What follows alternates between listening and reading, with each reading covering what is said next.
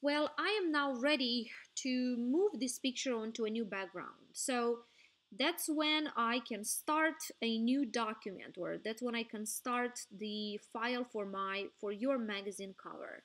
Now, how do you start a new document in Photoshop? It's very simple. You just do File, New, and under File, New, you have to give directions and be specific about what the size of your project is going to be. So first thing first, under pixels, I'm gonna change it into inches because I'm gonna work in inches. The width of my project is gonna be 8.5. The height of my project is going to be 11. So this is a letter size document.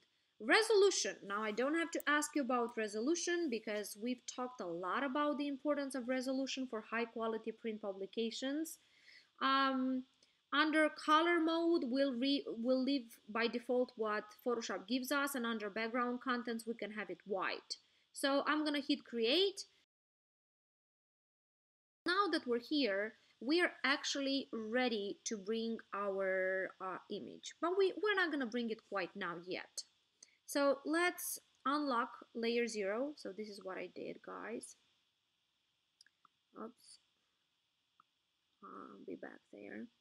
So I unlocked layer 0. You see there's a lock. I clicked unlock. And before I bring in my selection here, I am actually going to apply a background color to this image. So there are two options of doing a background color. You can either do a gradient color, which is the gradient tool right here, or you can use the rectangle tool and draw a rectangle across this page and then apply a color over that rectangle. Now, today we're just going to do the gradient tool, so I'm going to click on it, and when you click on it, all you do is click, drag, let go, and there's the gradients. Now let's take a look here under the gradient menu. Okay, let's change the colors so that we see what's going on there. Let's have this right there. So in my colors menu right here under set background color, you select the color that you need. Okay, so my opacity was wrong. Got it. So click, drag, let go, and here's the gradient layer.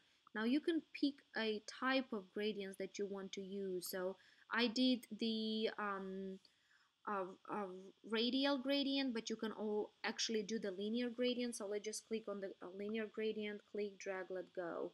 The longer the line, the less the gradient is visible. So you see, I just click, drag, let go, and that's how the gradient color is applied.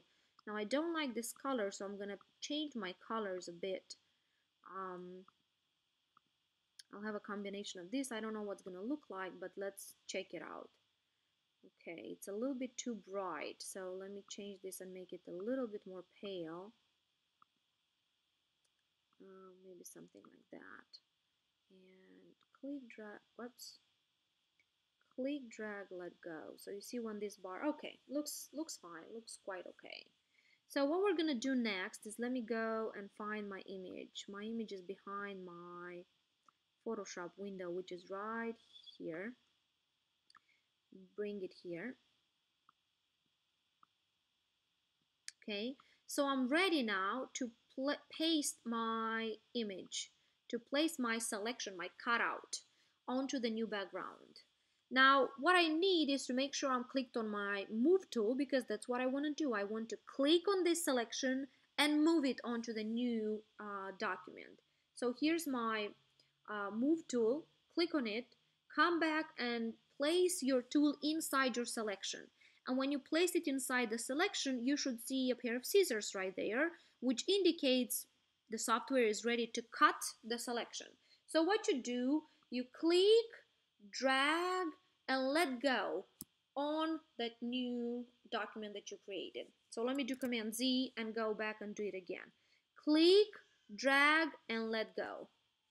Now you can place it on the very bottom, or if you want to manipulate the size of your image, just do Command T. And when you do Command T, you see how this was, how your image was selected. So Click and drag. Make sure you keep the proportion of the image. You don't have to hold any extra keys. I have to because I have an older version of Photoshop. So I have to hold my finger on the shift key to make sure the proportion is kept right.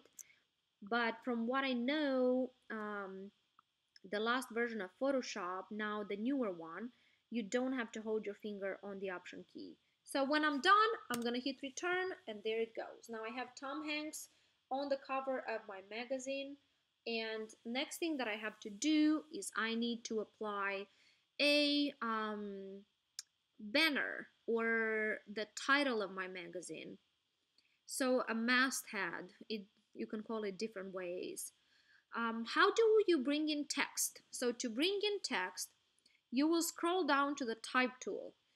So this capital T horizontal type tool, you will click on the type tool and you will come and click, drag on the top of your, on almost the first 2 inches of your magazine and drag a box.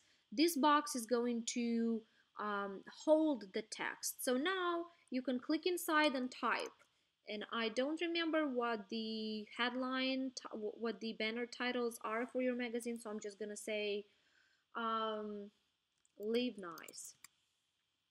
Now you can barely see my typing, and the reason to that is that it's either because the color of your font is the same as the background color, which is my case right now. So this is the background color right there. Now let me minimize this because I don't need Tom Hanks' original picture anymore. Or it's probably because it's too small or too large and it doesn't fit in the box. So first thing that I'm gonna do is I'll change the color and I'll apply maybe one of these purple, hit OK, and then I'm going to increase the size of my font. There are a couple of options that you can use to increase the size.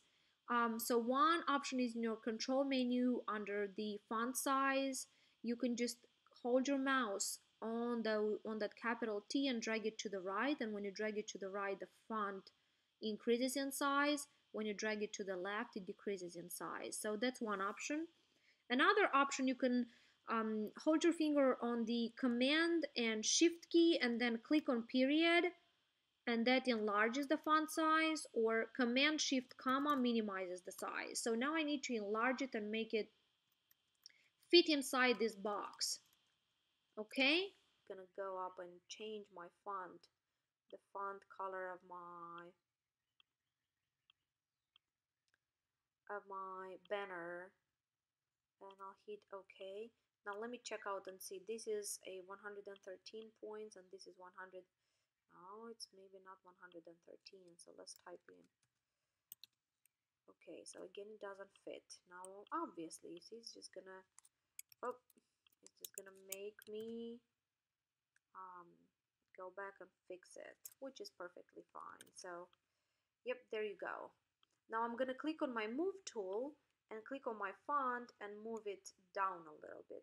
Leave out.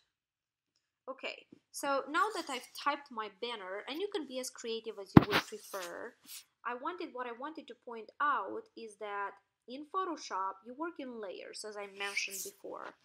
Now check out your layers menu right here on the very far right. Let me minimize this a bit so that we see all the layers at once. So on the very far right, you see the layers here, and it tells you that layer 0 is where you place the color, layer 1, and you can change the name of the layer. Just type in where the layer is typed out, double click on that layer 1 and just change and say, change the name to say Tom Hanks, for instance. Tom Hanks. I hope I spelled it right. And then leave out. So here are the layers of your project. You only see it like in one piece, but it's actually 3 different pieces that were placed onto this project. Now if I want to apply a couple of effects onto my leave out font, I'm going to double click in the gray section of my font layer. Don't click inside the box. If you click inside, your text is going to be selected, and that's where you can change the font size or font style. But if you want to apply effect onto your font, you have to click on this gray section. So double click on the gray section and you will have this window pop up on your screen. So here you can decide on what type of effects you want to apply. Don't exaggerate too much on the effects. Now you see when I click on the effect, it's going to automatically be applied onto my font. So I selected bevel and emboss and it just brought the font out a little bit. I'm probably gonna do a stroke to the font to make it stand out a little more, and maybe a drop shadow, and that's it. I'm not going to just work way too much on that. You can also play in the blending options and advanced blending. You can change the opacity of a certain element, or you can change the color. Just play with these tools and see what they do. When you like what you see, hit OK, which is what I'm gonna do. So now we have the title of our magazine, we have the cutout, and we have the background color. What you have to do next is type out 5 more headlines, place them on the cover, and I think it would be it. But before you do that, it's important that you bring in the rulers. Remember, about 1/4 of an inch doesn't get printed when you would try to print your project. So it's important that you don't have any words that have their edges cut out and they are not part of the project. Now you will see that I have these numbers on the top and on the left. If you don't have these rulers numbers on your project, then I think you can find them under view. Yep, so you go on view and you see my rulers are selected. If yours are not selected, then that's where you find them. View rulers and hit click rulers. It's extremely easy to bring in the rulers, but before you bring in, make sure you go to your layers menu and click on layer 0. Make sure you're clicked on a neutral layer because it's just gonna make your life so much easier to bring in those rulers. So now I come and I click inside the rulers. You see, not outside but inside. When my cursor is outside, it looks different than when it's inside. So click drag, and when you drag, do you see this line that moves and it indicates, it shows you where the line is at the moment. So from the top, I'll drop it down to about 0.25 inches, and it doesn't have to be like exactly 0.25. It can be 0.251, 0.252, which mine is perfectly fine now. Then I'm gonna drop it down, so the maximum height of my project is 11. Minus 0.25 is gonna be 10.75. Somewhere here, it's perfect. And then I'm gonna drag my rulers from the right to the left about 0.25. There you go. And here, 8.5 minus 0.25 is 8.25, somewhere here. There you go. So if we zoom in, you would see that my T right here, let me enlarge this, the T is going outside of the box, outside of the rulers.